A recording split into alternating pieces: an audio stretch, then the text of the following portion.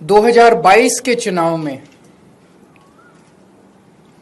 कांग्रेस को 17 सीट मिली थी गुजरात में, आम आदमी पार्टी को 5 सीट मिली थी।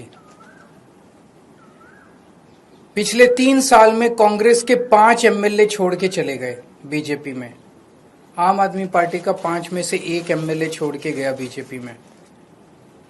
इन 5 सीटों पे जो कांग्रेस के छोड़ के गए थे, पिछले साल चुनाव हुए थे, 5 की 5 सीट कांग्रेस हार गई और बीजेपी के पास चली गई।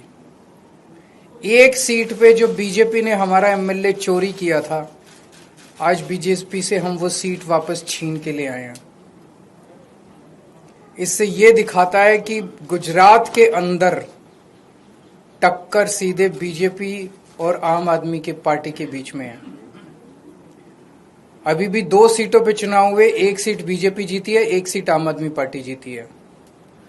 और ये दोनों जगह चुनाव कांग्रेस और बीजेपी मिलके लड़े हैं। अब कांग्रेस का स्टेटस सभी राज्यों के अंदर एक ही रह गया है, बीजेपी के हाथ की कठपुतली बनके बीजेपी को जिताने की कोशिश करना।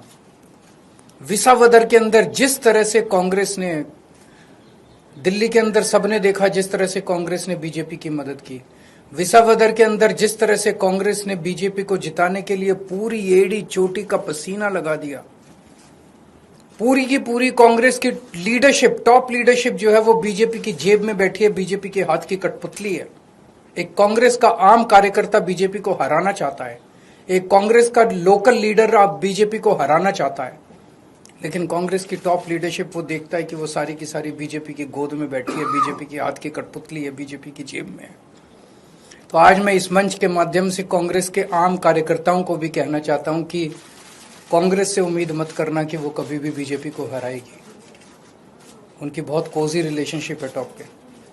केवल और केवल आम आदमी पार्टी पूरे तन मन धन से इस देश को और राज्यों को बीजेपी से बचाने की कोशिश कर रही है। जो अच्छे कार्यकर्ता है कांग्रेस के, वो सब छोड़ के आम आदमी पार्टी में आ जाओ।